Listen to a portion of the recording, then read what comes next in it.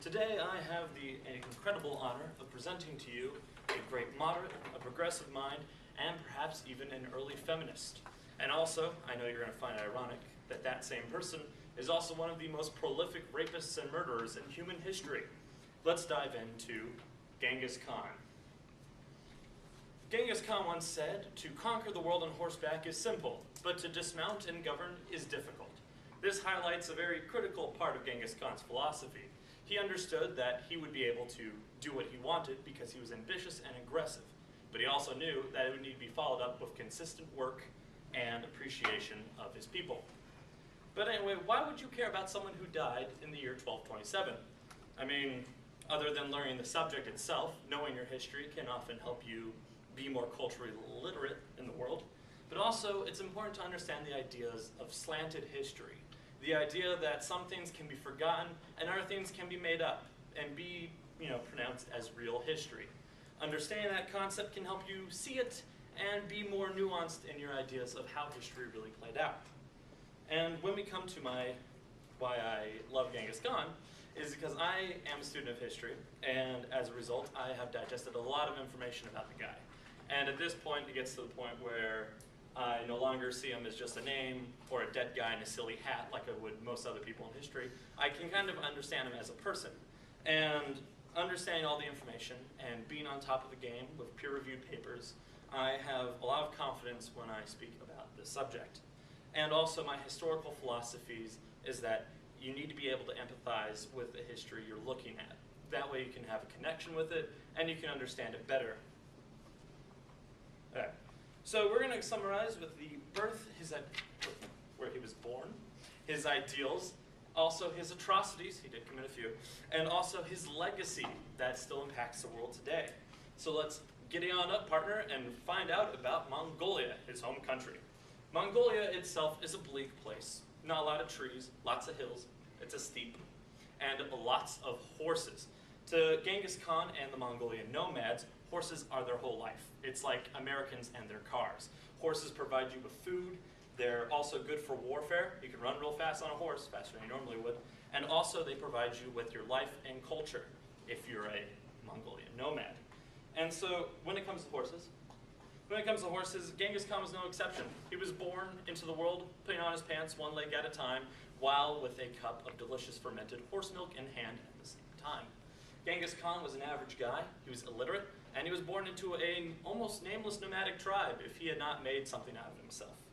And that brings us to the point when he started hitting adversity, and it hit hard. His dad was killed by a rival tribe, and he was exiled with his mom in the middle of the Mongolian wasteland. I shouldn't say that, Mongolian steppe. And in this time, he met his wife, his first wife, Borte. And with Borte, he would remain loyal with his entire life. He did take on other wives, but he was also understanding of her, entanglements. The two of them managed to live together for their entire lives. He would pass on his empire to all of the sons produced with Borte, and even accepted one of Borte's children who was illegitimate as his own. And so we come to the point, we have our horses in Mongolia, and also it's used for warfare. I should have said slides. Go on, next. Where's no? That's Borte. This is the best picture you can find of Borte. This is the most historically accurate one you can find. There's a lot of images of Borte that are from a John Wayne movie, which was all with white people, so don't expect a lot of accuracy. And then he got his real breakout. He was discovered on the world stage when he defeated the most powerful country in the 13th century, the Jin Dynasty. Defeating the Jin Dynasty, overcoming the Great Wall of China itself, he was able to rise to the point where he would be crowned as Genghis Khan, which means King of Kings. And being now named Genghis Khan, he had a lot of ideals that he was going to bring to the world stage. First of all, he was a Taoist, and as you can see in the Mongolian flag, that's still flown today, you can see the yin-yang symbol there, that represents Taoism. And in Taoism, he believed in equilibrium, and he also believed in negative and positive being necessary. And that way we find justice and equality. Genghis Khan was all about justice. He was born in a world where his dad was killed and by a rival tribe, so he wiped out the rival tribe, because that's how the way the world worked. But he also believed in equality. all were going to be treated under the same rule of thumb. And as such, he ruled the first meritocracy. That means it doesn't matter how you were born or who you were born as. Your skills would determine where you were in the world. And women in Mongolia had their rights. They were able to divorce their husbands, able to own land, and they were able to serve in combat roles in the military. Because as far as Genghis was concerned, if you can ride a horse and chop off someone's head, you're good enough to fight in the military. And then in terms of religion and race, Genghis Khan believed it was very personal and something that should never be a border to be crossed. Unity was strong in the Mongolian Empire, and from that we see the Silk Road produced, which was able to bring forth the birth of globalization. Human rights didn't, excuse me. And no one is without their quirks, and Genghis Khan is no exception.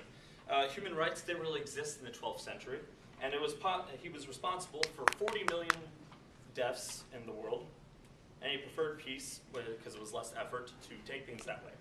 Next. Here we can see his armies. Next. And here we see Samarkand and Baghdad, which were both wiped out, producing the deaths of millions of people. Next. And then we get to his legacy. Next. We get to his legacy. It's very much open for interpretation. Baghdad was wiped out and would never recover. But he also built American ideals that we have today, the ideals of equality, social mobility, and universal law that would define his empire. And he also gave birth to the ideas of civil rights. Next. And so we come to our conclusion,